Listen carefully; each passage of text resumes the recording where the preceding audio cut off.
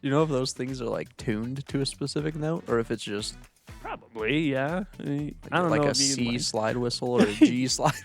I don't know if people take slide whistle that seriously. They're just like, Probably would be surprised if we got into slide whistles. yeah. They're like, I got my major scale slide whistles over here. I got my minors over here. Roll them out in like a pad Yeah. on the stage. All color coded, so you know exactly which one to grab. Yeah.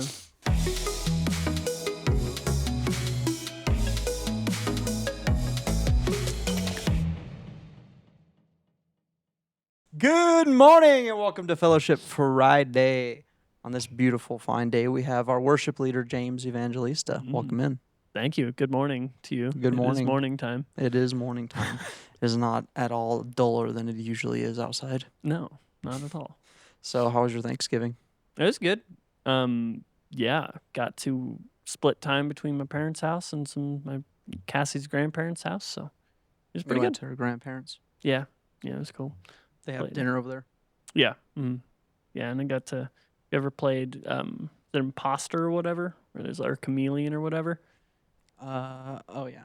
Yeah, I had to lie to her whole family. she caught on to me, but nobody Oh, else she did. did? Yeah, Makes sense.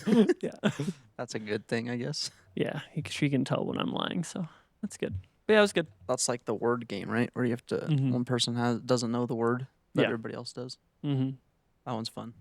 Yeah, it was cool. Except both times that I was the chameleon, it was the person directly, like right next to me.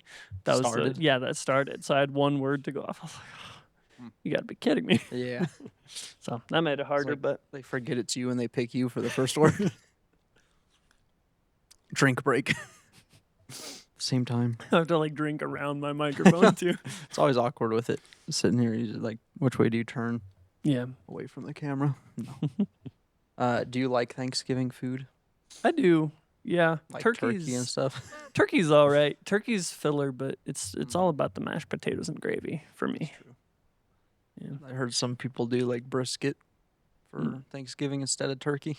it's just. I mean, sure, but I wouldn't say it's like a Thanksgiving food. You know? No, not really. I think their idea is like do something that tastes better than turkey if you're gonna do it. It's like who really fair. likes Thanksgiving food? I mean, Yeah. So the turkey's pretty much it's usually just mediocre. you have to surround it with everything else that tastes good. Yeah. But that's like the main event Mm-hmm. is the turkey for some reason. Yeah. Do you like ham? Like honey ham? Yeah, sometimes. If it's like I'm weird though. If it's like thinly sliced ham, I don't like it. But if it's like chunks of ham, I do. It's like no deli. Yeah. No deli ham. Well, Yeah, see, you this is can where do it's deli. weird. It's like thick, thinly sliced ham versus like chunks of ham. I don't know how to describe it. It's Just weird. like sliced off of the ham hock. Mhm. You don't like that. No. But if it's like chunked. Yeah, then it's better. I don't know why. Okay. It's weird. Weird. Guess that makes sense. Yeah. Not really. No, it doesn't. Just said that to make you feel better, Feel better to about feel myself. normal. No. Thanks. So we're gonna learn about you being the worship leader or worship director, the more official term, I guess. I know. Sounds very corporate. So when was the first time that you were asked to, like lead worship in more of like a official position? So that was I probably was 15, 16 in youth group when your dad asked me. Because originally it was Andrea, Jay, and Abby who were leading it. And they were like, we don't really want to do this anymore. So your dad was like, hey, do you want to do it? And I'd been playing guitar for like 6 months to a year. And I was like, sure, I Saw guess. potential. Yeah, why not? And so Did you play piano at that time too? Yeah. I played like the piano. I think before I was leading, I was playing drums for the youth group worship team. Oh yeah, that's right. And then we just switched where you went to drums and then I was leading. Yeah. That was a much better that was a much better fit, I think. Yeah. I think I did not do great leading stuff because I was too like silly. Like I didn't try to like do anything like I was like half butt with everything. I was like, this feels more like drumming may suit it better with that too, or it's like being more sporadic, I guess. Whereas I think you could definitely do a better job at. I mean, you're still just a kid at that time still, so there was a little bit at that, but I think what my dad saw was the leadership side in it, or like the leader side, I guess. But I still struggle being feel like it's a bit better fit. Silly though. That's good though. It makes people know that you're human. Yeah, that's true. You're not like a robot or somebody getting paid the big bucks just to pretend like you enjoy being there. Yeah. Yeah. But no, yeah, that was, I think I was probably 16, I want to say, but I don't remember my exact age, but it was around then. So in youth group was when I started doing it. Started doing the youth group, leading youth group a little bit. Was that after we had our whole like worship leader apocalypse? Because we had like 2 or 3 other guys who came in and like cycled out. Like it was Mike for a little bit, and then Tim, and then Lyndon did it for like 2 weeks, 2 weeks that one in a row. time. Yeah, no, because we had Tim, and then Tim, I don't know why, but Tim no longer did it, and then your dad asked Mike to come in, and that was when I was playing drums. Was when Mike was leading in youth group, and then when Mike left, we just did like videos on YouTube. We just pull them up and do it until Abby and Andrea and Jay took over doing it, and then I just did it for a while. Yeah, so. It was different times then. We were just throwing people up on stage. It was like, you got a guitar in your hands? Get up there. Like anybody who knew how, Yeah, make it happen. That's funny. So it gets people involved though. Yeah, no, it does. Pouring into them, I guess. Even if they suck. Yeah, no. At the time. I was pretty bad when I started. It was a little iffy, but I don't know if this is gonna work. Yeah. It was just 1 week and you're done. No, yeah. Still got the opportunity though, so it was cool. Yeah. It's cool. So then you were doing that for a little bit, and then when did he ask you to start going into like church service? I was actually, it's funny, I was looking back on our like worship chat to like 8 years ago. And I think it was in 2017 or 2018, one of those years when I was just out of high school. So I think it was like 18, 19, that then I was asked to be a worship leader. And that was with Abby and Mike. And so, and you, no, actually there were the 4 of us. So. Oh yeah, there was 1 a week. Yeah. Yeah. So crazy. We just cycled through. So yeah, I've been doing that since I was 18. So like 8 years, going on 9, which. Does it feel like that long? No, it doesn't. Just all blurs together. Yeah. Do you remember the first Sunday that you actually played? Like, led the congregation? I don't remember the first one. No, I think I'd done it before, and we used to do those youth Sundays where we would have the youth group lead like a week of church. And so like I think David would preach, and then I would do, worship, and then we'd have just everybody doing different stuff. So I think I'd done it on a youth Sunday before. But then I don't remember the first week that I did it. But I do remember early on realizing that I was singing the wrong melody to He Reigns.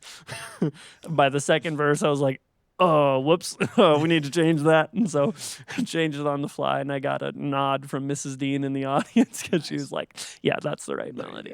So it was rough early on, but I remember that, but I don't remember the... It's always nerve-wracking when you're up there and you're like, can't figure out where you're starting. Yeah, you can't hear it, or like just nervous, so it just like doesn't even occur to you. And then you realize, and you're like, yeah, oh no, this is. Good news is half the crowd isn't singing the right one either. So that's true. Yeah, you were fitting with somebody. Yeah, everybody else in the audience thought it was doing great. It was like, yeah, this is right. He's got it. That's funny. Yeah. Forgot to close these doors. I'll be right back. Take a short break. We'll be right back after these messages from our sponsors.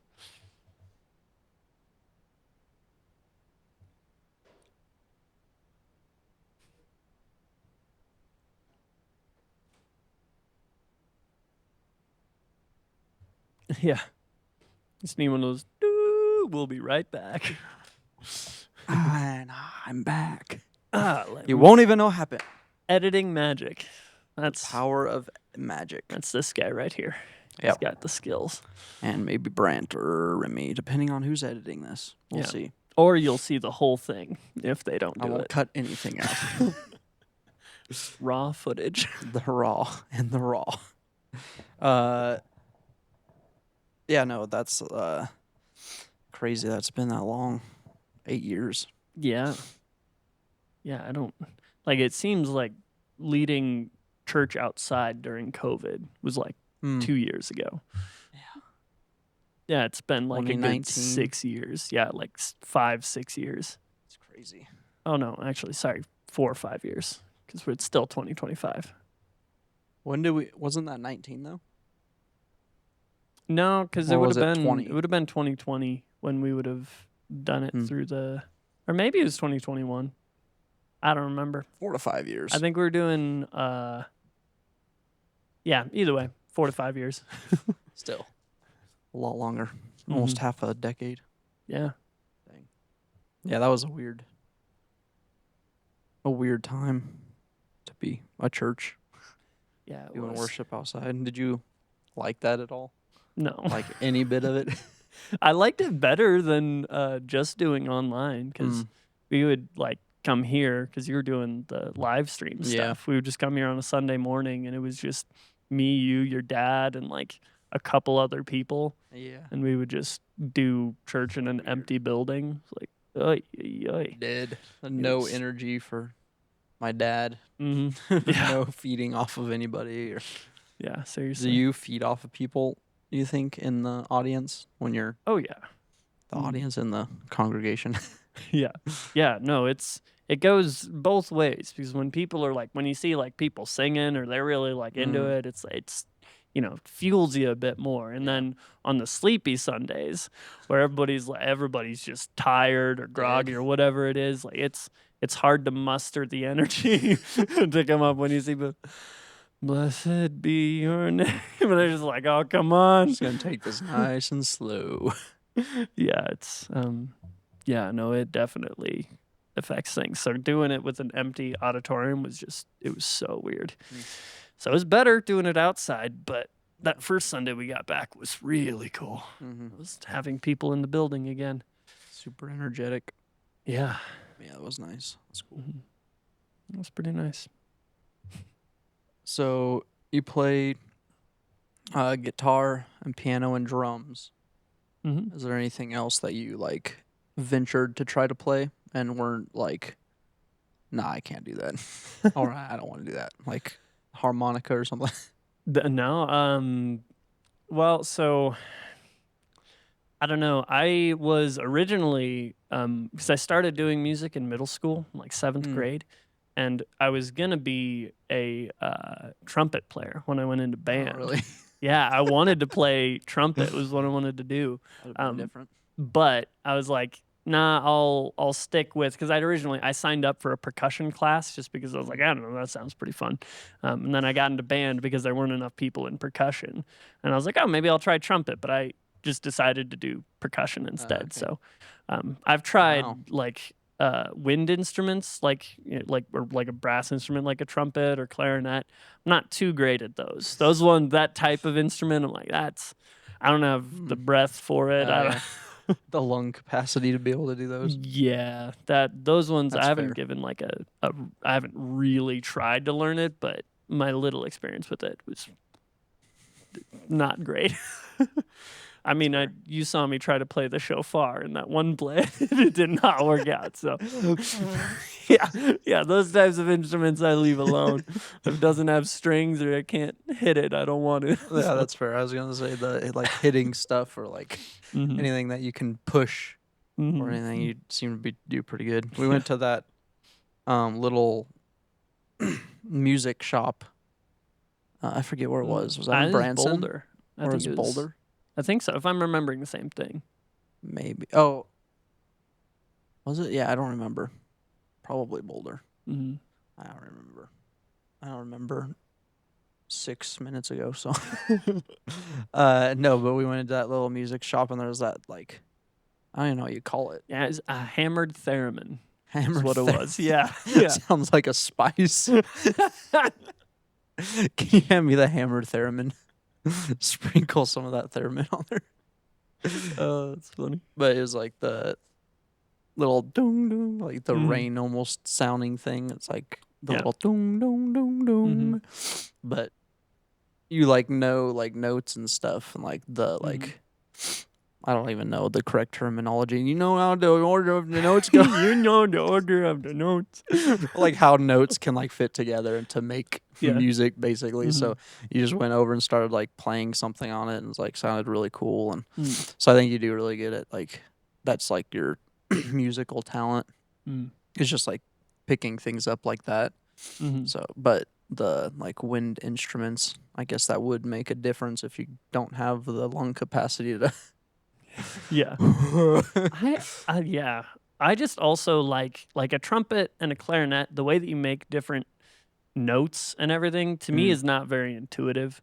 Like it doesn't make a ton of sense. Like the more holes you have covered, the deeper the note. Like, okay, that makes sense. But with as many like buttons on a clarinet as there are to push, and then a trumpet there's just 3, but you can make a bunch of different noises. I'm like, that doesn't make sense to me.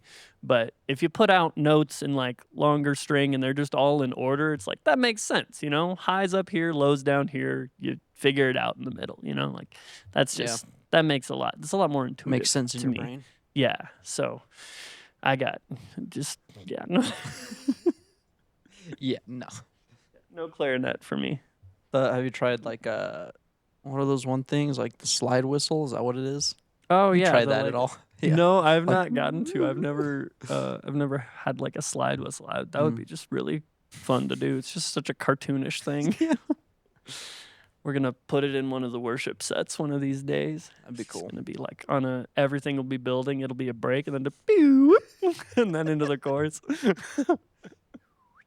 You know if those things are like tuned to a specific note, or if it's just Probably, yeah. I mean, I don't like know a if you C like, slide whistle or a G slide. I don't know if people take slide whistle that seriously. They're just like, Probably would be surprised if we got into slide whistles. yeah, they're like, I got my major scale slide whistles over here. I got my minors over here. Roll them out in like a pad Yeah. on the stage. All color coded, so you know exactly which one to grab. Yeah. Did you try the? We used to have the. Was it a xylophone or a marimba? Marimba. Marimba. I got to play one in band. In percussion, you get to play a bunch of different stuff. So it was cool. I got to play. Yeah. Yeah. No, seriously. I got to play the marimba and the xylophone in band. So that was cool. But I never did play one here. I think we had one back in the orchestra days. Yeah. I'd sit in the back. Mrs. Ba- Bailey would play. So weird. We had the most random stuff. They did like the dueling xylophones at one time, where they brought the other one is for like a talent night or something. Yeah, I remember that. It was like 2 giant ones in the corner. Everybody had to shift their view that way just to look at them playing because we didn't put them on the stage. Yeah. What's the difference between those 2 instruments? That's a good question. So the marimba is like lower in pitch. It's a little bit bigger, and then the xylophone is like a bit smaller and higher in pitch. It has thinner wood blocks. I'm sure there's more differences than that. And Cassie will be watching this going, but And another thing. And another thing. But yeah, that's the difference that I know is a marimba is like the really like the lower one. If you see like the big one with like the pretty wide wooden blocks, that's a marimba. And then like a smaller, more compact one with higher notes is going to be your xylophone. So. Cool. Yeah. So I want to get back to the percussion in school thing that you mentioned. With a thought just popped in my head, but did you play like? Because I know percussion in band is a little different than like being a drummer, little drummer boy. Yeah. For like, it's not like a set, like a drum set. Did you play any like drum sets in school, or was it just like the toms and like a snare and like the smaller, not really smaller, but you know what I mean? Yeah. So it was they had a drum set that they had us play in Mm. 8th grade. So Oh, now you nice. had to be an 8th grader to play. No, you're not really, but it was just when we got to the second year of band, then they had to start learning drum set. But most of it you'd play, you'd be on the snare drum, or you'd be, playing. You'd be playing multiple things at once throughout a song, Mhm. because there's like 3 percussionists and like 8 percussion instruments. So you play the snare drum, then you go over and play the bass drum, and you play the triangle, and you just kind of Yeah. you have your instruments that you play for that, Yeah. which is cool. Honestly, I really enjoyed doing that for like orchestra, like band music. Yeah. But then we would also play like drum set. Mm. But by the end of 8th grade, I really only had like a very basic understanding of how to play a drum set, because I actually really struggled getting like all 3 limbs to do what I needed them to Yeah. do. So I mostly just learned by just playing them at church and just trying to Yeah. figure it out. So That's cool though. Yeah. Gave you a little bit of the ear, I think, probably for the oh yeah, like hearing when to come in and stuff. That's one thing with like band and stuff. It's like the Mhm. timing on stuff is so wild. Yeah. Sometimes it's like listening. Did you like read the music? Yeah. During I would. So for percussion, a lot of the times you're just reading like timing pretty much and what Mm. instrument is playing, unless you're playing marimba or another melodic instrument that you have to actually play the sheet music to, like the notes in time. Oh, okay. And so I had to do both of those, but it was like one line of notes at a time. It wasn't very like complex, like, a ton of notes going everywhere or anything like that. But That's cool though. yeah. So I learned like timing of music and rhythm and a basic knowledge of reading music Mm. there. But that's foundational stuff. So that was really Yeah. important to learn timing, rhythm, and just, kind of a basic understanding of music and how it fits together. So Yeah, that's cool. it's good. We talked about this like off camera and stuff, but like your Mhm. guitar style, the way that you play, you've Mhm. mentioned, I don't know if it's like this anymore, but when we talked about it a while ago, it was like you kind of play like you play the drums, where it's like very rhythmic. Mhm. Like you almost play it like you're kind of doing the beat of the song Yeah. almost. Do you still play that way? And do you think that's what attributed to that is Ye- like learning that from the start? Yeah, I think so. Just because it's weird when you play guitar and you strum, you want to play the whole song almost. Like if you're just playing by yourself, like you want Yeah. it to have the full weight of the rest of the band, and so you want to like make up for things that are missing Oh yeah. almost. And so that just was a thing that I would do, of just like, okay, you need, you have your strong low beats where you'd be slamming the kick drum on this. Let me slam the lower strings on this, and then add a snare hit on the higher one, just That's kind of cool. playing it rhythmically there. Yeah. And that honestly, like, you don't do that for everything, but it helps to fit in with the rhythm and kind of establish the rhythm of the song in leading worship. So it is a helpful tool, though you don't do it every time, or else people would feel like you're hitting them over the head with your guitar, just being like, "Oh, buddy, you're overplaying. Easy. Like it's Yeah. all right." But That's cool. yeah, That's something that's missed a lot, I think, is like the dynamics of playing the guitar. mm-hmm. But I think you do it well, very well. So Thanks. obviously, I've heard multiple people. This is kind of a different tangent, but multiple people say they love how we do songs on Sundays. Not we, but the worship team does. The No, I'm church, just they come. kidding.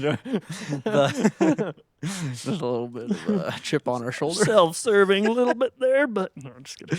The like worship team, how that Mhm. we play songs when we do Sunday worship. It's like I love that better than listening to the Mm, album version or like Phil Wickham doing it. Like, oh, sweet. yeah.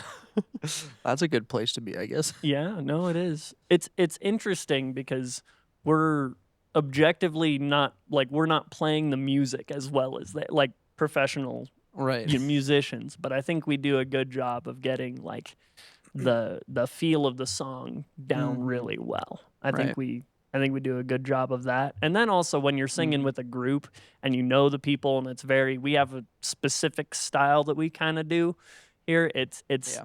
I think that contributes a lot to it where it's, Mhm.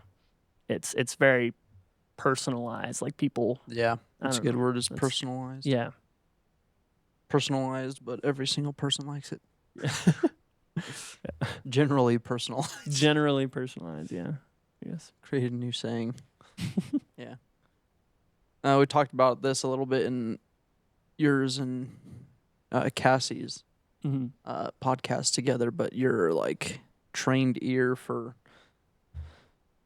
like keys and notes and just figuring stuff out on the fly. Hmm. Um,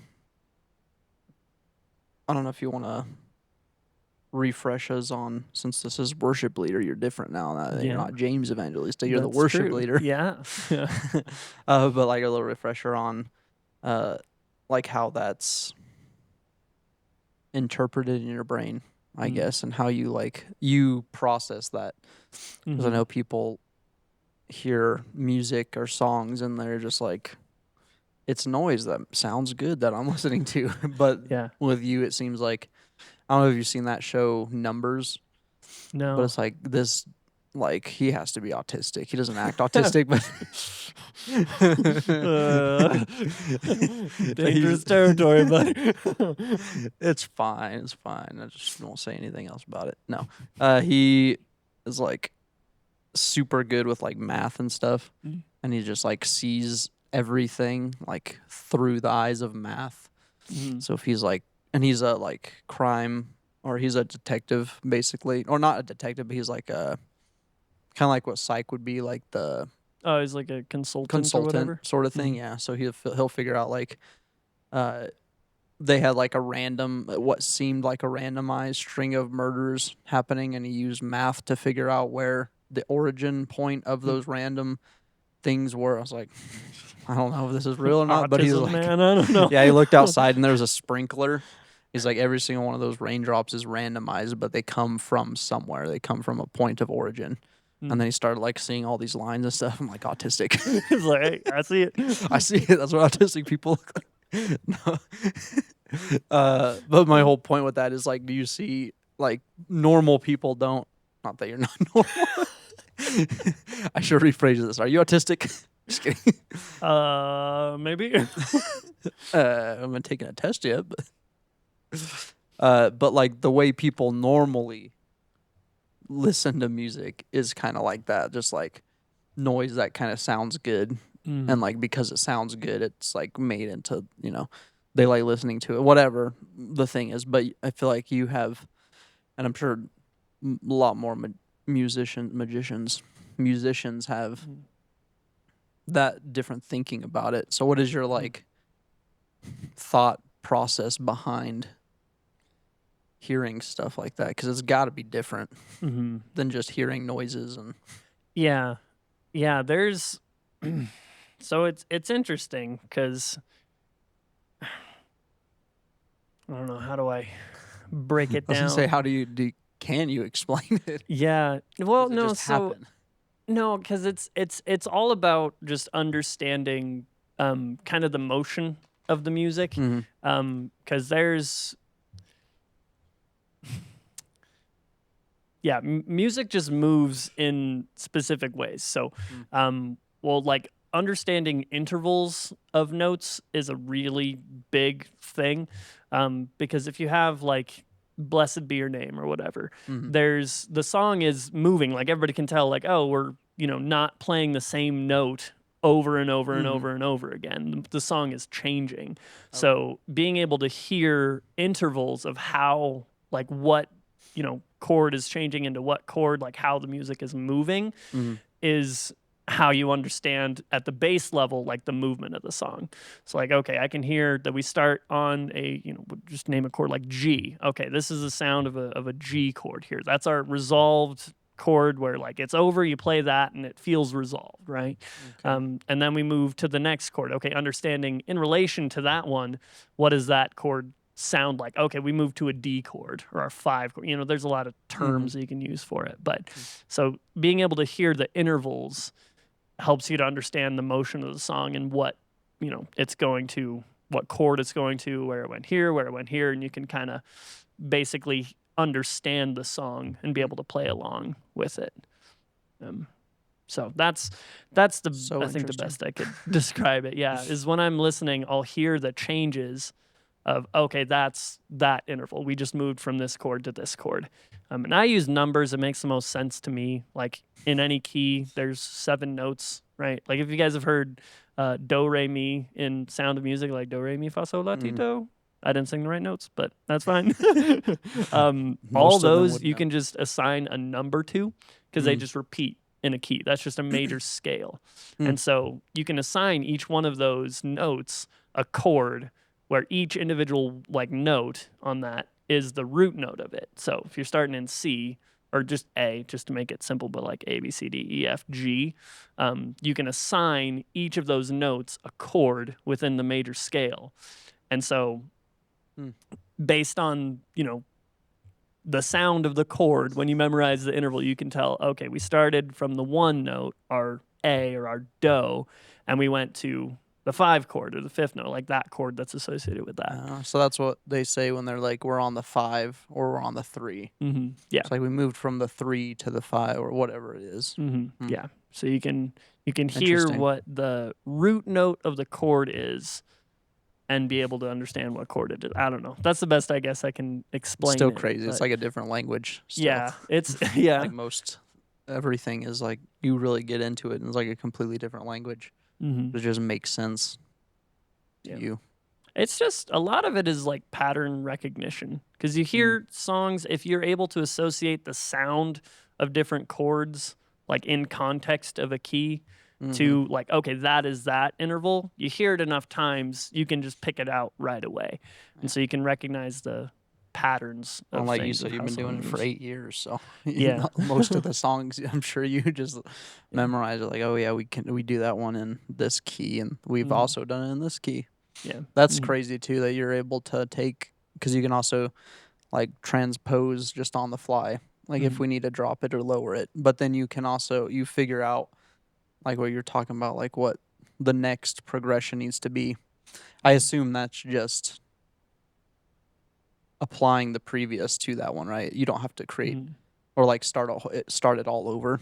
No, that's the nice part about just understanding intervals because you don't have to, like, if you change keys, you really don't have to go through the whole song again. You just have to know what those intervals translate to in that new key. So if I'm in the key of C, C is my 1 chord, means G is my 5 chord, F is my 4 chord, you know, go through the whole thing, whatever it is. You put that in G, you're like, okay, it would work better to do that in G. I don't have to worry about, okay, now what are my chords again? I can just remember the intervals and translate that into the new key of what those intervals I are. see what you're saying. If So that if you makes went sense. to G, then your 3 chord would be F. So if you like were in C, so Not really, but yeah. But so if you transpose to G, then what would it be? your like 3 chord would be B, be a B minor. Oh yeah, because it goes to A. That's right. Yeah. But yeah, so in trying not to use like all the musical terms, so I'm really relying on them. That's kind of it's just understanding the distance between notes or intervals and being able to translate that between keys is really, really helpful. It's cool. Yeah. There's it goes a little bit further than that too, because once you understand, Goes deep. yeah. So Nerd alert. nerd alert. I'm gonna nerd out a little bit here, but so that's your base structure. Once you understand how the song is moving and understanding the chord changes, then you can understand, okay, what are my notes that I want to come out, because not every chord that you hear in a song is just all of the notes in a chord or randomly put in any order. Because you take your basic chord, it exists of like, basic major chord exists of 3 notes, call it like a triad. It's just 3 notes that exist in a chord, but you're not always just playing those 3 notes with reckless abandon. You're going to emphasize based on how you want it to sound, whichever note you're going to play. So you want one to sound higher up here, or you want this one to come through stronger, or you want this note in the bass. And so being able to hear those notes within the chord helps you understand, okay, now how am I going to play this chord? Like on the piano or on the guitar, what am I going to have the bass player playing? So being able to hear, even within those chords, what you want to come through is like the step further. Take it further. Yeah. So take that same aspect of intervals and just apply it to each individual chord. And after a while, you can start to just recognize, again, just patterns. You get to hear, oh, this is what this inversion sounds like, or this is what this sounds like, or whatever. So it's just pattern recognition, but just taking in all the information that the song is giving you. Dang. That's a lot. Yeah. I'm going to have to write a book about this. It's like somebody hasn't written a book before. I'm sure somebody's written a book where it's actually understandable. Nobody's figured it out before, guys. This will be the first. It'll be a big sell. That's funny. But that's what goes on in my brain when I listen to music or when we're doing practice or anything like that, is just trying to understand the most that I can about the song in those terms. So that's cool. Yeah. Getting back to the like worship leader aspect of it. What are some things that you have tried to implement into the worship teams, I guess? I mean, it's a team as a whole, but there's sub-teams within the whole team. Right, yeah. Do you mean like musically or like philosophy-wise, or? Yeah, whatever. Like we had the AV youth, or the youth, AV worship meeting that we did that had a bunch of like principles we wanted to apply to the different teams and stuff. So what are some of those things? And then also, I guess, just some like the music related things that you've tried to implement. Yeah, so that's a good question. So you don't have to go through everything, but some of the big ones that you wanted to like implement. Yeah, so the biggest thing that we wanted to like refresh on and really make, I mean, just a big part of the team in general was doing everything to the best of our ability. Like we talked about beforehand, like doing everything as unto the Lord, like doing it. I think you would phrase it in this way of like, if the Lord was coming to your church service, how would you go about preparing that week for that service? How would you go about playing? How would you go about being checked in for every part of it? Because when we, love the members of the congregation, when we love other people well in that way by serving them to the best of our ability, we are loving God. We are serving God. That's doing everything unto the Lord. Yeah.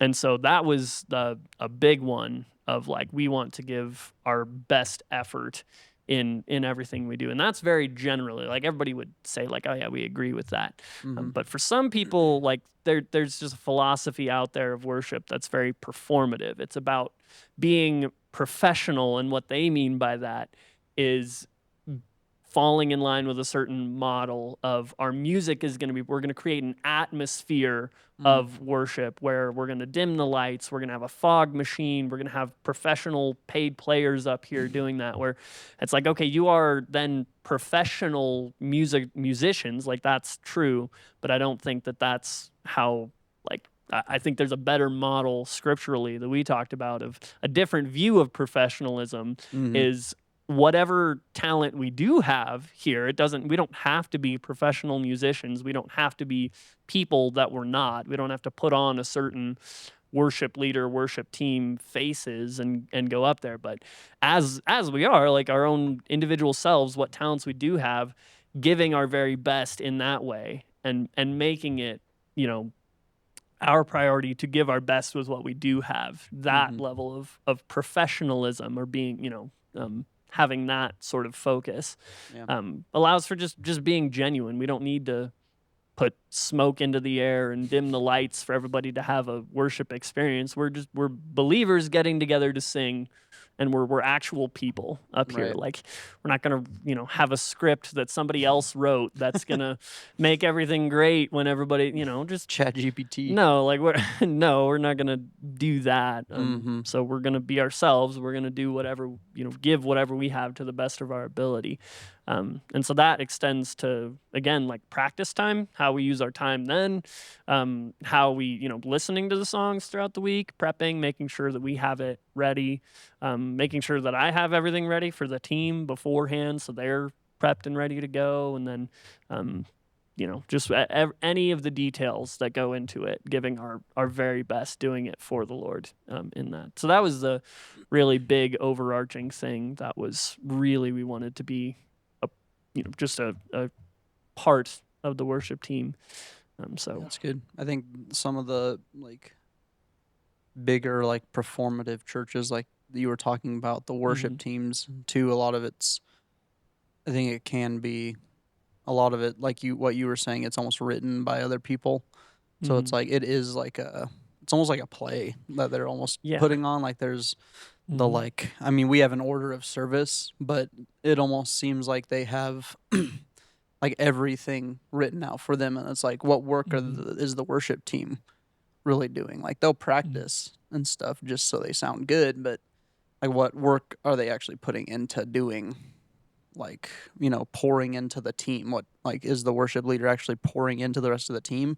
Or is it just some guy named Bill putting all the stuff into the calendar and like setting everything up? And like that, it doesn't seem like it cultivates family or fellowship as much. And it seems very like what you were saying, performative and like almost robotic from them. And then it's like, all right, it's time to go. Let me start with the script. Let me start with the script. We're going to worship the Lord God. We're going to, and it's like getting them into that atmosphere, but it feels very rehearsed.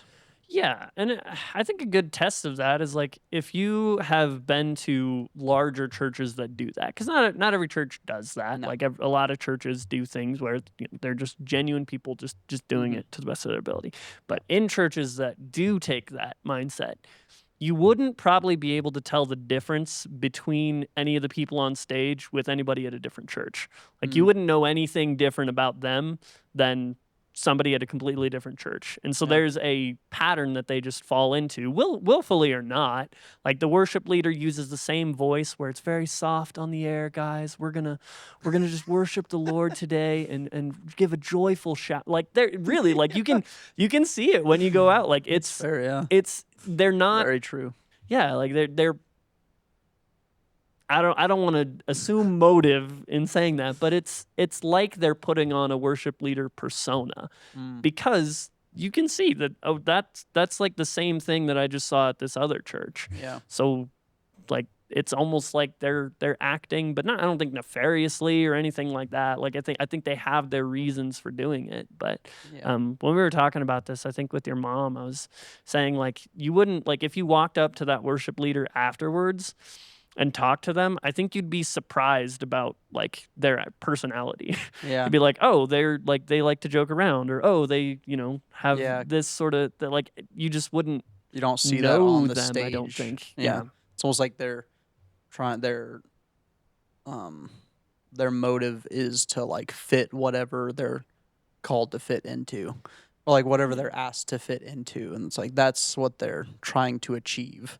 Yeah. Which doesn't necessarily have to be their fault if that is the case. Like could be whoever's trying to, you know, paying them to do that. Like, yeah. Well, I mean, you signed up for that. I guess you kind of have to do that if you're being paid for it, especially. And it all serves a purpose, because if the idea is to create an atmosphere of worship, there's a way to do that. And people are very successful at creating an atmosphere of worship where it's very, you know, get to the emotions, get to, you know, have very, you know, ethereal guitar and synth playing while they're talking and everything. they're manufacturing an atmosphere, and they're very good at it, because I think they genuinely think that's what worship is about, and so they go about it in that way. And it can, like, a time and a place, obviously. Like, if you were to go to a concert or something, you almost expect that, because you're going there to experience music and, like, experiencing worshiping God and, like, with fellow believers and stuff. Like, you're going there for a purpose. You're going there for the concert, not necessarily going there for, like, the fellowship of fellow believers and stuff, which you can, but it's definitely different, like, time and a place for those sort of like concert type things, and then worship on a Sunday morning. Yeah, it's like definitely a different feel to them. Yeah, and the reason why I'd even take a different viewpoint on it, of like, I don't really want to do that, is, when the Bible's talking to churches of how they're to conduct their, business, it talks about, singing to one another, or speaking to one another in hymns and spiritual songs, making melody in your hearts to the Lord. That's one of the things, I think it's in Ephesians, that it talks about. Just when you're with the church, you're to sing songs one to another for the purpose of edification of the body. And that model of worship always seems very individualistic. They turn out the lights. You can't really see around the room. There's fog everywhere. It's very individual experience, sort of. You can hear other people singing some of the time if the music's not too Crazy loud, yeah. But I don't think that serves that purpose that Scripture calls it. We're supposed to sing songs one to another. It's for the purpose of building one another up in the truth of what we're singing about, for the growth of the body. That's the purpose of why we even do singing. So everything that we do is trying to best fulfill that. So we're not going to have everything on the instruments so loud that nobody can hear. We want people to be able to see each other. We're singing to one another. That's the point of it. And the things that we're going to talk about, the things that we're going to emphasize, should be, emphasis on should be, I don't do this perfectly, should be about the truth behind the songs. Where do we see it in Scripture? What is actually the truth? Because that's what's going to edify, not any emotional response just to the music of it. Has to be the truth of Scripture, which can elicit a strong emotional response. That's not an issue. I think that actually is appropriate, but we're not aiming for the emotional experience. So we go about things just different. So that's it's just different worlds of, I think, different aims with it. Yeah, for sure. What about some, like, musical implementations that you've tried to do? That's a good question. If any. Yeah. Because I know you've tried to do one of them. Maybe you could talk a little bit, is like the dynamics of songs. So more recently, past year, 2 years maybe, you've started to do a little bit more, or you've wanted to do more dynamics in the songs. So maybe you could talk about that a little bit, or something else that you've tried to do. Yeah. So I think part of it, the reason behind that is, like, doing everything to the best of our ability, where we don't have to be professional musicians, but we should be trying to play the music to serve our purpose the best that we can. And so from that, and when you, for those who might be wondering what dynamics is, That's stupid. No. Hey, I didn't say it. I didn't mean it like that. What didn't you say? I heard the tip of the T. Sorry, continue. No, so Should dynamics. gaslight you on the podcast afterwards, and just have your voice. It's just my voice with your lips just like moving. Just a voiceover. Stupid people. Oh, that's terrible. Anyways. Get so many calls after this. So dynamics, just meaning, like, how the music is moving. A lot of it has to do with volume. A lot of it has to do with, like, rhythm and kind of the general feel of the song. That's a subjective term, but I'm going to use it. And so in the song, what you don't want it to be, it's boring if the song has very little variation within it. It barely gets louder for the chorus when you want the most energy, and it barely gets, or it's too loud in the parts where you want it to be, quieter or different, rhythm. So what you want to do with the songs is to emphasize like leave room for the top end of the song to be like full energy. We're going to where that actually is like matching the lyrics or the flow of the song. And so you want your like high impact parts of the song to be high impact with the music behind it as well. But if you're playing everything at 100%, you're not going to get that. It's going to be flat. It's not going to be great. And so I don't have a good analogy to say how that would play out in a different thing, but yeah, I don't really have a good analogy like for it. A layman. Of understanding. But I think people get it intuitively, right? Like on a Sunday, if we're singing Death Was Arrested and we start off super loud at the beginning, and then we're playing still super loud at the end where we're singing, oh, we're free, free, forever, we're free.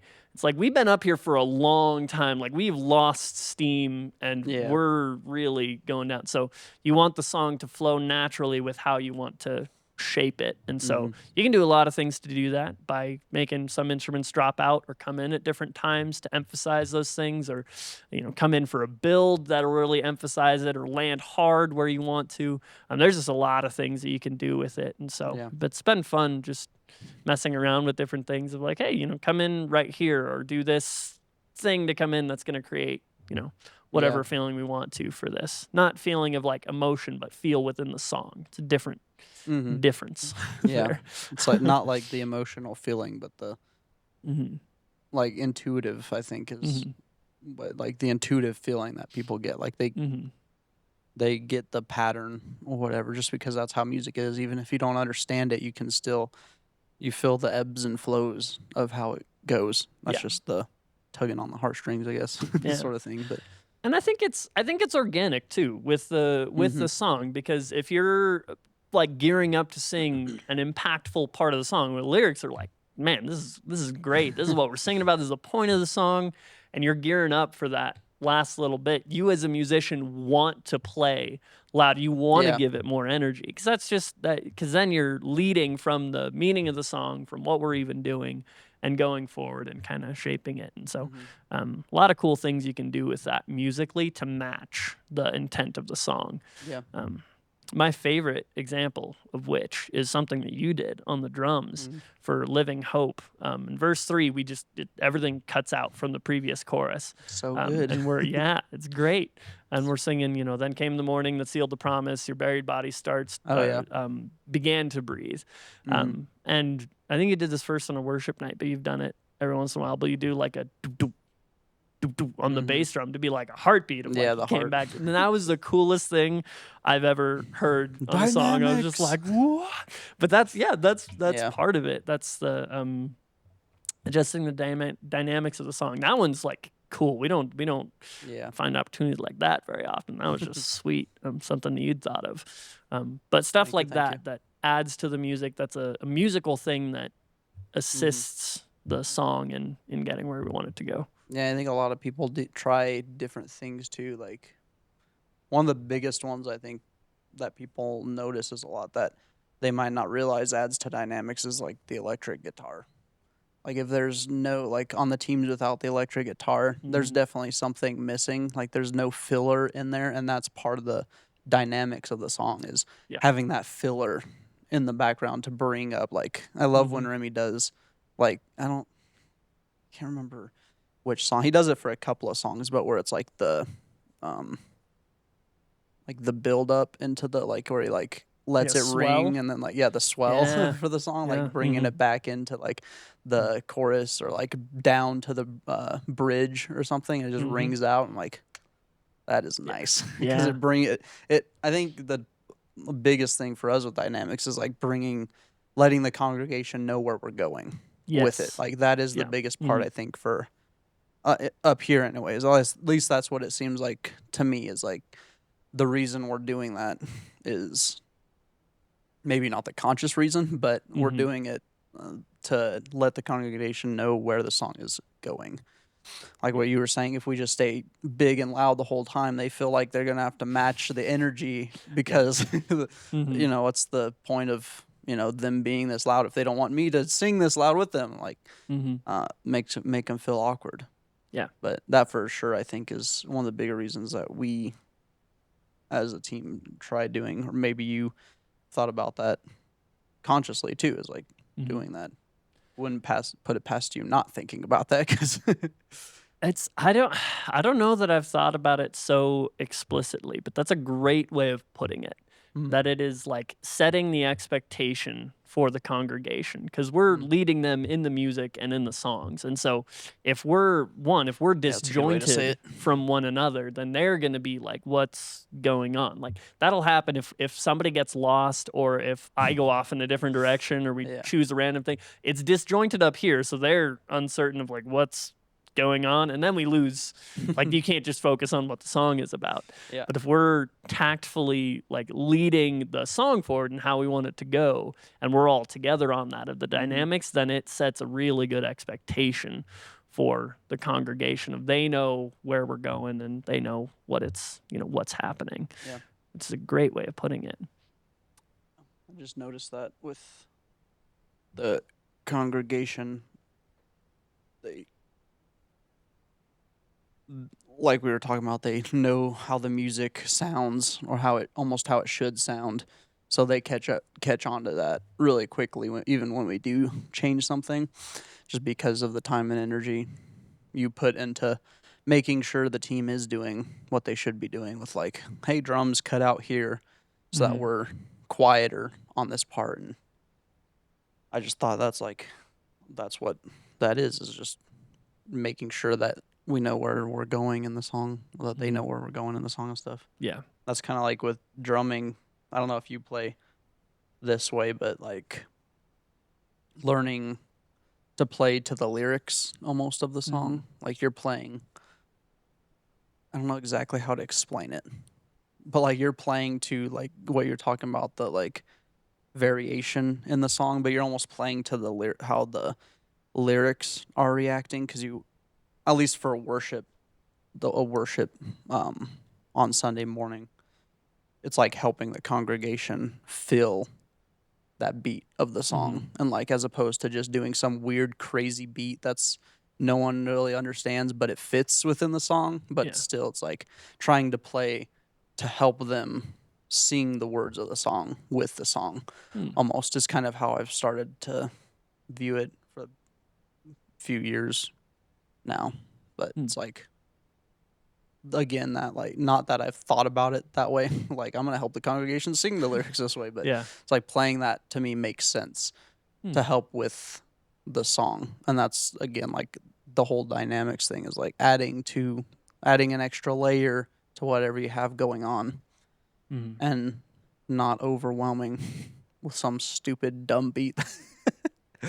I was like, I don't know why that's too much. Sometimes you got to know when not to. But yeah, it's super fun to play up here with you, and I think we mesh really well playing. We played for a long time together too. Not 8 years, I don't think. 6 years maybe. Yeah, no, but it's pretty been close a while, to it, because we did it in youth group too. So it's been a minute. Yeah. Yeah. That's just that's one thing I think, on another little tangent, but the like bigger worship teams, I mean, they might have, if they're like drummers, or they're like the same leader and drummer, but a lot of the time they switch out pretty often. Yeah. So they don't get that like mind melding, I guess you would say. Like we've had moments before, like, you know what I'm talking about, where it's just like we know where we want to go with it, and we both do the same thing at the same time, whether it's like a stop or a build randomly. I was like, why did you just do that? I don't know. I felt like we should do it there. I was like, me too. Okay. But I don't think they get that as much, probably. Like, obviously they're kind of stuck to the like format of whatever the song is given to them to, and like following that along too. It's like, because they have to be with the metronome and like doing the different things. But I just thought that, thinking back to it, I'm like, that's something special. I think churches who do it more intimately have, is they get those connections with all the people in their worship team. Like I think we have, and then we're able to feed off of each other really well. Yeah. It was like, I really like what you did there. Why'd you do that? And I was like, well, you heard, like, if it's like Joe or something on the bass, he's done things sometimes where he'll just add something. Mm-hmm. Like, that was really good. I was like, yeah. Mm-hmm. Yeah, it's so interesting. It's so cool because Yeah. if you have like just music is communication. So Mhm. like we talked about like communicating effectively to the congregation. When we're communicating effectively to each other, like without even words, not even saying what we're doing, but Yeah. you can just, I don't know. It is interesting when we'll have like the same idea about something of like, Mhm. oh, this needs the music wants to go here. I don't know why, but it Yeah. wants to do this, so I'm gonna So do weird. it. It's pretty cool. And it just So, happens. yeah, Yeah. Yeah. It's pretty crazy. those moments are always really cool. It's a lot of fun. Yeah. Cool. Well, thanks for coming in. Yeah, it's fun. Cool. Thank you guys so much for watching. Say hi to your worship leader on Sunday while he's singing. That'd be the best Preferably. time to do it.